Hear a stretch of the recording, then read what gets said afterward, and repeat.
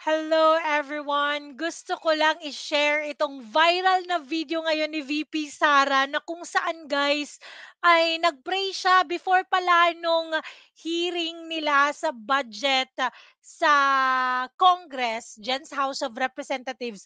Guys, grabe, naka-wired earphones pa pala si VP Sara. Hindi talaga siya guys updated sa mga tech, 'di ba? Oh, eto, panoorin natin. Wow, talaga saludo talaga ako kay VP Sara.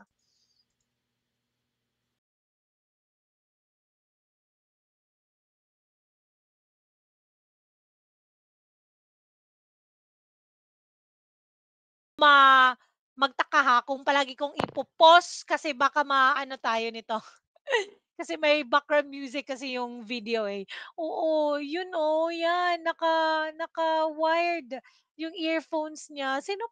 Meron pa palang gumagamit niyan ngayon? Grabe 'no?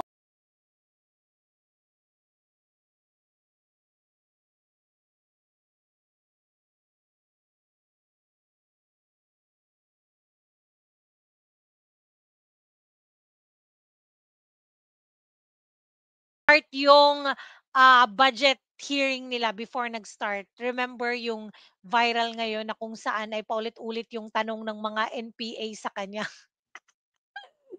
2023 pa talaga na budget na alam mo yung confidential funds sa 2023, 2024. Yun pa rin yung tinatanong guys hanggang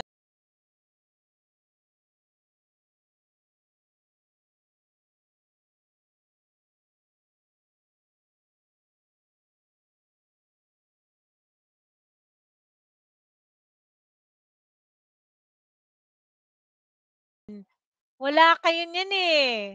Wala sa iba yan, eh, 'di ba? Oh, yung VP namin nagpe-pray.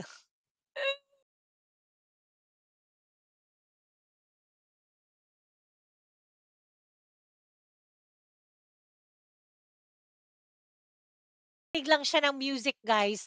So sana tatanggalin niya 'yan 'pag nagsimula na yung hearing, eh, hindi, eh. Tingnan niyo mabuti, ha.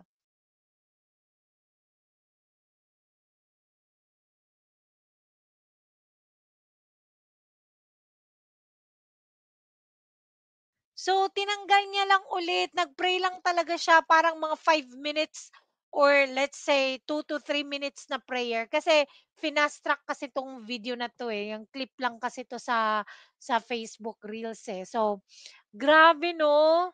Oo, tinanggal niya, oh, 'di ba? Alam mo yung wala na tayo sa ganyang era, pero si VP Sara guys, wired earphones pa rin.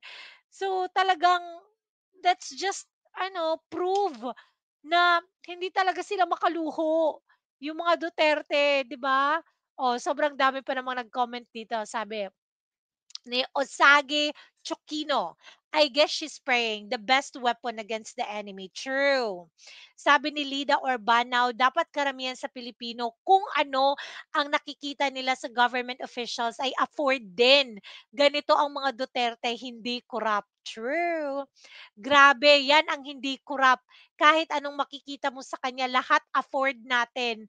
Pangmasa lang yung mga gamit niya talaga. O, di ba? Sabi ni Shan Shan. The Genius of Sara Duterte. Sabi ni Alice Alcantara, ano na, haha, 'di ba VP namin 'yan?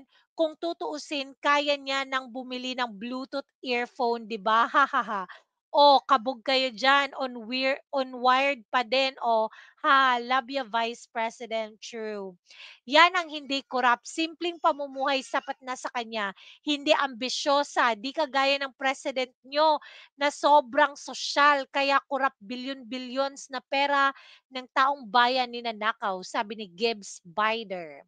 Sabi naman ni Mario Carvajal, Baya, Baya no Congressman, Congressman ka, talos bansang basa ang pangalan mo sa mga issue, lawmakers, pero may isyong korupsyon, magnanakaw sa kaban ng bayan, binuhay ang pamilya sa tax, pera ng bayan.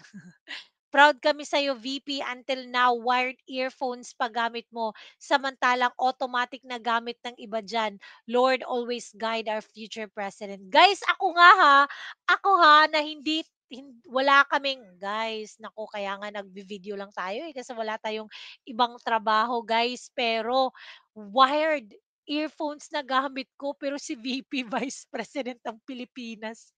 Ay, no, no, no, I mean Bluetooth earphone na ginagamit ko, ta's yung mga estudyante nga na nasa eskuwelahan na pumapasok, nakikita ko naka-Bluetooth earphones na, yung nakasampak talaga na talagang hindi matatanggal, tapos yung VP natin guys naka-wired pa rin. Kaya naku, saludo talaga sa'yo VP Sara. Mag-comment down below kung anong masasabi niyo, agree ba kayo na hindi korap ang mga Duterte?